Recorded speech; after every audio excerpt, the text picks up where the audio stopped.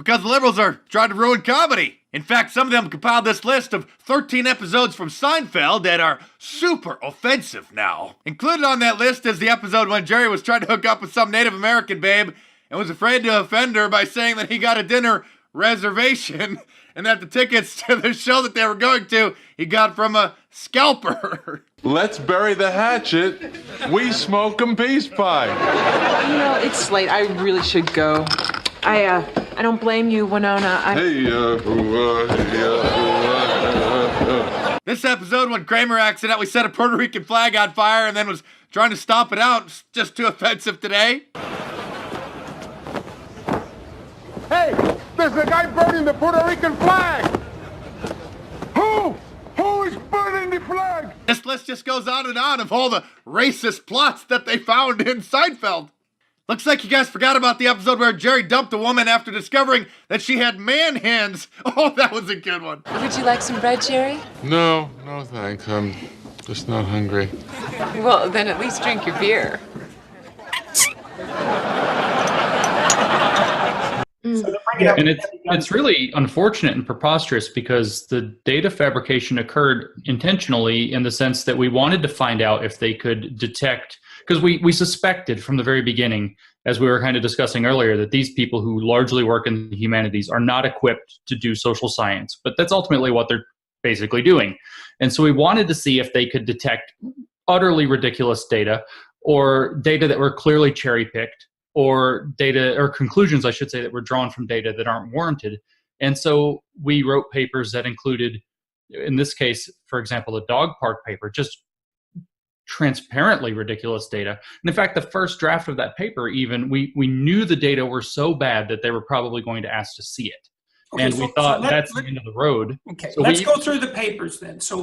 We'll talk about the dog park paper. Why don't you go through the papers that have been published just briefly and say what they are and tell us why they're transparently ridiculous, because that's also a bone of contention, right? Because the dog park paper was the first one we had accepted in February, and it chronicles it's a feminist scholar, putatively, that's chronicling dog rape culture by examining dog humping in Portland dog parks, and then draws conclusions from that using Black feminist criminology as a tool to conclude that it would be appropriate to train men as we train dogs, if only it were politically feasible. So we have to come up with metaphorical equivalents.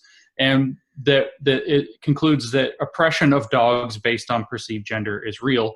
And the reason that was allegedly concluded was we claimed that humans intervened and broke up gay dog rape much more frequently and vigorously than they broke up straight dog rape. And the paper, I mean, it's already a bit weird. You're not supposed to be laughing about these things. The paper included, for instance, the detail that the scholar sat in the dog park for 1,000 hours over the course of a year, but never in the heavy rain, and observed, and then closely examined the genitals of just short of 10,000 dogs, which, if you've been to a dog park, you probably realize the same people bring their dogs almost every day. There's not 10,000 dogs in any dog park in a year, but never mind that. Somewhat likely to develop a reputation for looking at dogs' genitals? Yeah, I think so. And then immediately turning to ask their owners, "Excuse me, sir, could you tell me your sexual orientation?" That's what the paper says. We examined genitals of 10,000 dogs, genitals of 10,000 dogs, and then interrogated their owners as to their sexual orientations.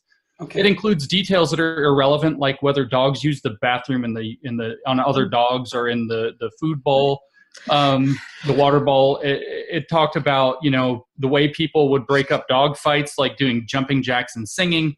We thought this data was so absurd that we put in the first draft, which the journal saw, a line that said that we took the data and put it in a recycle bin so that they couldn't possibly ask us to produce it, because we thought, oh man, if they ask for this data, which is so stupid, it's over. So we said that we recycled the data, which is already its own research mispractice, and no problem. The journal was like, oh, just write it up. Okay, I can't believe we're having this conversation. Okay, Serious. listen, the more we talk about this, the more ridiculous it gets. Okay, so let's go on to another paper.